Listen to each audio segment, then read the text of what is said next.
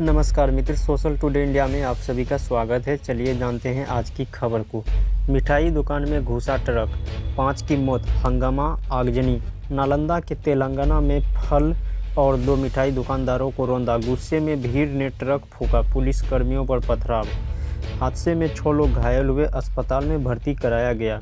जहानाबाद से आ रहे ट्रक काफ़ी तेज़ी रफ्तार में था। प्राचीन नालंदा विश्वविद्यालय से पुराने विश्वविद्यालय के लिए प्रसिद्ध नालंदा के तेल्हारा में होली से एक दिन पहले रविवार को भयानक हादसा हुआ। एकंगसरा थाना क्षेत्र में इस इलाके के तारतर मोहल्ले पर एक बेलग्राम ट्रक पर मिठाई दुकान जा घुसा।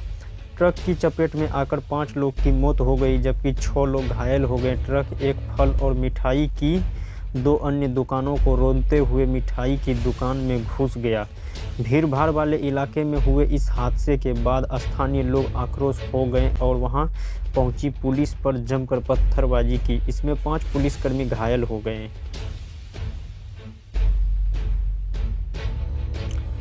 टीम इंडिया ने 330 रन का टारगेट दिया। 28 रन पर इंग्लैंड ने 2 विकेट गंवाया। भुवनेश्वर ने जेसन रॉय और बेयरस्टो को पवेलियन भेजा। टीम इंडिया और इंग्लैंड के बीच 3 वनडे मैचों का सीरीज का आखिरी और निर्णायक मैच पुणे में खेला जा रहा है। टॉस हारकर पहले बल्लेबाजी करते हुए भारतीय टीम ने 330 रन का टारगेट दिया, जबकि इंग्लिश टीम ने 28 रन 2 विकेट गंवा दिए। फिलहाल बेस्ट स्कोर और डेविड मालान क्रीज पर रहे। भुवनेश्वर कुमार ने इंग्लैंड को शुरुआत 2 झटके दिए। जेसन रॉय को पारी से पहले ओवर में क्लीन बोल्ड किया। रॉय 14 रन बनाकर आउट हुए। अपने दूसरे और पारी के तीसरे ओवर में भुवी ने जोनी बेयरस्टो के एलबीडब्ल्यू किया। पिछले वनडे में शतक लगाने वाले बेयरस्टो इस मैच में 1 रन ही बना सके थे। महाराष्ट्र सरकार के लिए खतरे की घंटी। अहमदाबाद में अमित शाह से मिले शरद पवार। पूछने पर शाह बोले, ये बताने की बात नहीं। महाराष्ट्र में इंटेलिजेंस केस में आरोपी सचिन वझे के राज्य के गृह मंत्री अनिल देशमुख से रिश्तों पर सियासत गरमाई हुई है। इस बीच उद्धव सरकार से सहयोगी राकांपा के 2 बड़े नेताओं की गुजरात यात्रा ने सरकार की निंदा उड़ा दी। खबर यह है कि शरद पवार और प्रफुल्ल पटेल ने अहमदाबाद में गृहमंत्री अमित शाह से आधी रात के बाद मुलाकात की। शाह की पावर से मुलाकात को महाराष्ट्र सरकार ने चला रही महाविलास अघाड़ी के लिए खतरे की घंटी माना जा रहा है। रविवार को प्रेस कॉन्फ्रेंस के दौरान जब शाह से पूछा गया कि आप कल अहमदाबाद में थे और बताया जा रहा है कि वहां आपकी शरद पवार और प्रफुल्ल पटेल से मुलाकात हुई है, इस पर शाह ने जवाब दिया कि ये सब चीज़ तो सार्वजनिक नहीं होती है। शाह के इस बयान से कयास लगाए जा रहे हैं। कोरोना फिर से बिहार में पांव पसारने लगा है। इसे देखते हुए बिहार में होली मिलन समारोहों पर सरकार की ओर से रोक लगी हुई है। होली आप घर में मना रहे हो तो भी सावधानी बरतें। परिवार के अंदर भी होली हिफाजत के साथ मनाएं। जिन्हें रंगों से एलर्जी है उन्हें रंग अबीर नहीं लगाएं। बिहार में होली खेलने के लिए लोग रंग बिरंगी के अलावा और भी कई चीज़ें का इस्तेमाल करते हैं। कई जगह गवाई होली खेली जाती है। लोग मिट्टी, कीचड़, गोबर भी लगाते हैं। धूल भी उड़ाई जाती है। कई जगह लोग पोटियन की तरह का भी इस्तेमाल करते हैं, जो एक तरह का केमिकल होता है। ये सारी चीज़ों से सेहत के लिए घातक है। तमिलनाडु से ग्राउंड रिपोर्ट। कोयम्बटूर से सटी 22 सीटें बनी हाई प्रोफाइल। 3 मंत्री, 1 राष्ट्रीय, 2 प्रदेश अध्यक्ष के साथ कमल हासन भी आजमा रहे हैं किस्मत। इंडस्ट्रियल हब के रूप में मशहूर कोयम्बटूर और इसके साथ राधापुरम नमक्कलम की 22 सीटों पर हाई प्रोफाइल चुनाव मैदान में तब्दील हो चुकी है। इन सीटों पर 3 मंत्री, भाजपा की महिला राष्ट्रीय अध्यक्ष भाजपा और एमएनएम प्रदेश अध्यक्ष सहित 2 पूर्व मंत्री भी यहां किस्मत आजमा रहे हैं। कमल हसन और उनकी पार्टी का भविष्य भी दांव पर है। मौजूद मंत्रियों पर भ्रष्टाचार के आरोप लगे। वहीं भाजपा से गठबंधन जल संकट, अंतर्मुख के लिए भारी पड़ रहा है। ये राजा पर 2G के आरोप लूघने लगे। प्रभावी घोषणा पत्र कमल हासन और दिनाकरन की वोट काटने की भूमिका ने अंधाधुंध के इस किले में डीएमके की घुसपैठी के अवतार बड़ा दिख रहा है। 2 राज्यों में पहले फेज की वोटिंग। बंगाल में 69%, असम में 72% वोटिंग। ममता ने कहा, बांग्लादेश में पीएम बंगाल पर भाषण देना आचार संहिता का उल्लंघन। पश्चिम बंगाल और असम की कुल 77 सीटों पर शनिवार को पहले फेज की वोटिंग होगी। इसमें बंगाल की 30 और असम की 47 सीट शामिल है। इलेक्शन कमीशन के मुताबिक शाम 6 बजे तक यानी 11 घंटे में बंगाल में 79.79 और असम में 72.14 वोटिंग हुई। मतदान का समय 6 बजे तक तय किया गया था। कोरोना की वजह से 1 घंटा बढ़ाया गया। चुनाव आयोग के सूत्र के मुताबिक बांकुड़ा में 80%, झांझर में 80.55%, वेस्ट दिनाजपुर में 80.16% और ईस्ट मिदनापुर में 82.42% वोटिंग हुई। कंगना रनौत की इमोशनल पोस्टर। एक्टर्स ने लिखा है, अनचाही संतान थी लेकिन आज मैं सबसे अच्छे फिल्म मेकर्स और आर्टिस्ट्स के साथ कर रही हूँ। कंगना रनौत की माने तो वे अनचाही संतान थी। 34 साल की एक्ट्रेस ने भावुक होते हुए सोशल मीडिया पर अपनी बात रखी। दरअसल कंगना ने अपनी एक पोस्टर में बताया था कि इन दिनों जैसलमेर राजस्थान में 50 डिग्री तापमान में तेजस की शूटिंग कर रही है। इस पर फिल्म मेकर विवेक रंजन अग्निहोत्री ने उनकी तारीफ की थी। उन्हीं को जवाब देते हुए कंगना ने भावुक पोस्टर की। कंगना ने पोस्टर में लिखा है, मैं अनचाही संतान थी, आज मैं सबसे अच्छे और पैशनेट फिल्म मेकर्स, आर्टिस्ट और टेक्नीशियंस के साथ काम कर रही हूँ। मैं अपने काम को प्यार करती हूँ। यह सिर्फ पैसे और सरहद के लिए नहीं करती। जब दुनिया के सबसे अच्छे लोग मुझे देखते हैं और कहते हैं कि तुम यह काम कर सकती हो। अब वायुसेना की ताकत बढ़ेगी। अगले महीने तक 10 और राफेल फाइटर जेट भारत पहुंचेंगे। बॉर्डर पर निगरानी और काउंटर अटैक में मदद मिलेगी। भारतीय वायुसेना IAF की ताकत और बढ़ने वाली है। अगले महीने के अंदर 10 और नए राफेल भारत पहुंचेंगे। इसी के वायुसेना के पास राफेल की संख्या बढ़कर 21 हो जाएगी। फिलहाल भारत के 11 राफेल लड़ाकू विमान है, जिसे अंबाला बेस्ड 17 स्क्वाड्रन उड़ा रहा है। भारत सरकार के सूत्रों के हवाले में न्यूज़ एजेंसी ने बताया कि भारत को अगले 2-3 में 3 राफेल विमान मिल सकते हैं, जबकि अप्रैल में दूसरे हाफ में 7 से 8 फाइटर जेट भारतीय वायुसेना की ताकत बढ़ा सकते हैं। इसके अलावा राफेल का टर्नर वर्जन भी किया जाएगा। यह सभी फ्रांस से सीधे भारत आएंगे, जिन्हें बीच में मित्र देश की मदद से एयर टू एयर रिफ्यूलिंग के जरिए यहां पहुंचाया जाएगा। इसमें चीन और पाकिस्तान सीमा पर सेना की निगरानी मजबूत होगी और किसी भी तरह की साजिश के खिलाफ काउंटर अटैक भी आसान होगा। मोदी के मन के चुनाव वाले 4 राज्य। मन की बात में बंगाल, असम, तमिलनाडु और केरल का जिक्र। कृषि में आधुनिकता की बात कर किसानों को भी साधा। प्रधानमंत्री नरेंद्र मोदी ने रविवार को 75वीं बार रेडियो कार्यक्रम मन की बात को संबोधित किया। 32 मिनट के इस कार्यक्रम में वह बंगाल, असम, तमिलनाडु और केरल का जिक्र करना ही भूलें।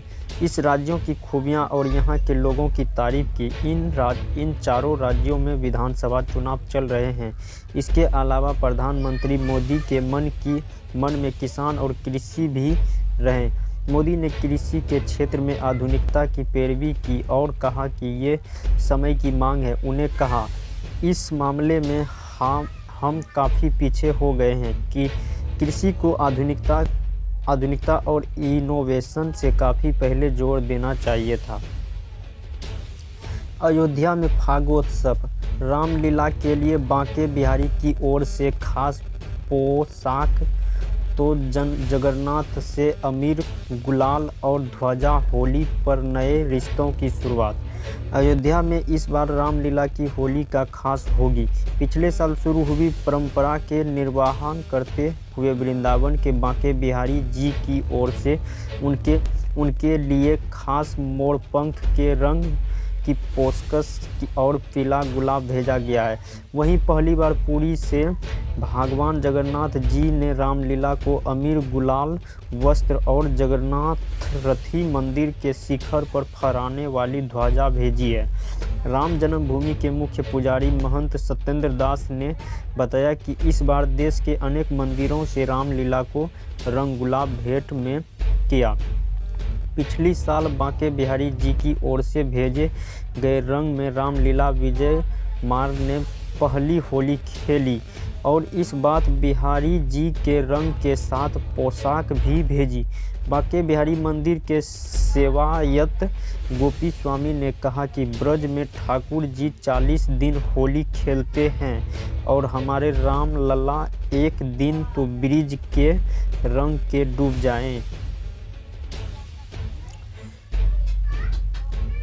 यूपी में अस्पताल में हादसा। कानपुर के कार्डियोलॉजी अस्पताल में आग लगी, 2 मरीजों की मौत, 147 पेशेंट रेस्क्यू गए।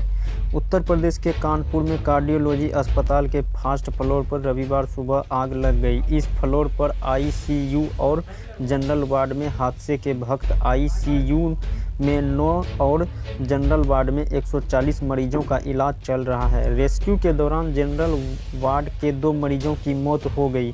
दोनों वार्डों ने बाकी 147 मरीजों को दूसरी बिल्डिंग में शिफ्ट कर दिया। आग लगने के बाद मरीजों को खिड़कियों के शीशे तोड़कर बेड समेत बाहर निकाला गया। जलवायु परिवर्तन का असर। देश में इस साल ज़्यादा गर्मी पड़ने का अनुमान, जानलेवा लू की भी आशंका। यूपी, महाराष्ट्र और बंगाल में होगी ज़्यादा परेशानी।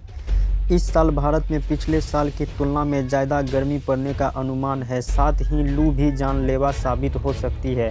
अमेरिका में स्थित ओक रिज नेशनल लाइब्रेरी सहित विभिन्न संस्थानों में वैज्ञानिकों ने रिसर्च में यह दावा किया है कि रिसर्च के मुताबिक इस बार भीषण गर्मी के कारण भारत में खाद्यान्न उत्पादन करने वाले बड़े क्षेत्र पर असर पड़ेगा।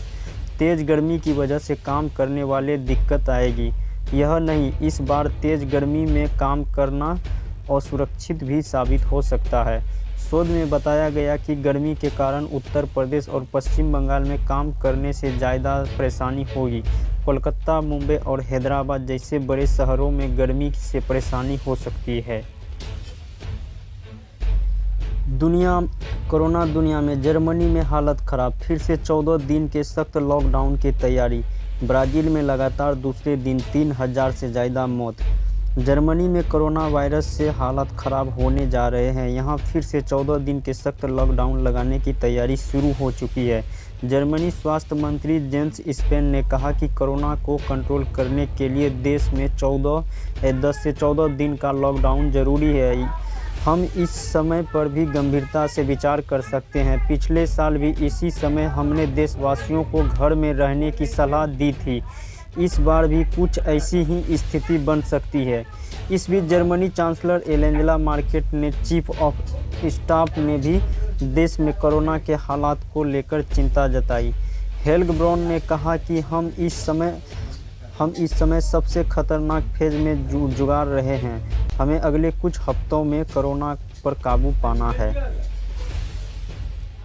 चीनी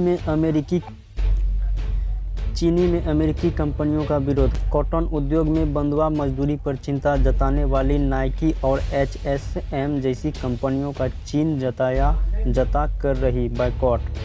भारत के साथ सीमा विवाद और सैनिकों की हत्या के विरोध में भारत पर कुछ दिन तक चीनी सामानों का विरोध ज्वार उठा था, लेकिन यह ज्वार केवल सोशल मीडिया तक ही सीमित रहा। चीनी सामानों की बिक्री और चीनी से आयात पर इसका कोई असर नहीं दिखाई दे रहा था। उधर चीन की कॉटन इंडस्ट्रीज में बंधुआ मजदूरी का मुद्दा उठाना अमेरिकी कंपनियों को भारी पड़ा। H&M, नाइकी और अन्य बड़ी पश्चिमी अपैरल कंपनियों को इन दिनों चीनी जनता ने बॉयकॉट का सामना करना पड़ रहा है। H&M और नाइकी ने कुछ महीने पहले ही झिनजियांग प्रांत की कॉटन उद्योग में बंधुआ मजदूरों के इस्तेमाल पर चिंता जताई थी। काफ़ी दिनों के बाद अब यह मुद्दा चीनी सोशल मीडिया में उछाल जा रहा है। अब HDFC में senior citizen care FD scheme में 30 जून तक कर सकेंगे निवेश, मिलेगा ज़्यादा ब्याज। स्टेट बैंक ऑफ इंडिया के बाद अब HDFC ने भी अपनी सीनियर सिटीजन के लिए चलाई जा रही स्पेशल फिक्स्ड डिपॉजिट स्कीम को भी आगे बढ़ा दिया है। अब इसमें 30 जून तक निवेश किया जा सकेगा। इससे पहले इसमें निवेश करने वाले की आखिरी तारीख 31 मार्च थी। सीनियर सिटीजन केयर FD में मिलता है 0.75% से ज़्यादा ब्याज। HDFC ने इस स्कीम की शुरुआत सीनियर सिटीजन केयर FD नाम से स्कीम शुरू की है। इस स्कीम के तहत सीनियर सिटीजन द्वारा 5 साल से अधिक और 10 साल से कम अवधि के फिक्स्ड डिपॉजिट सामान्य ग्राहकों को दिए जाने वाले ब्याज से 0.75% अधिक ब्याज देगा। 5 साल तक से जमा कर वरिष्ठ नागरिकों को अन्य की तुलना में 0.50% ब्याज मिलेगा। फिलहाल HDFC बैंक मिक्स्ड डिपॉजिट पर अधिकतम 5.50% ब्याज दे रहा है। इस स्कीम के तहत निवेश करने पर अधिकतम 0.25% सालाना ब्याज मिलेगा।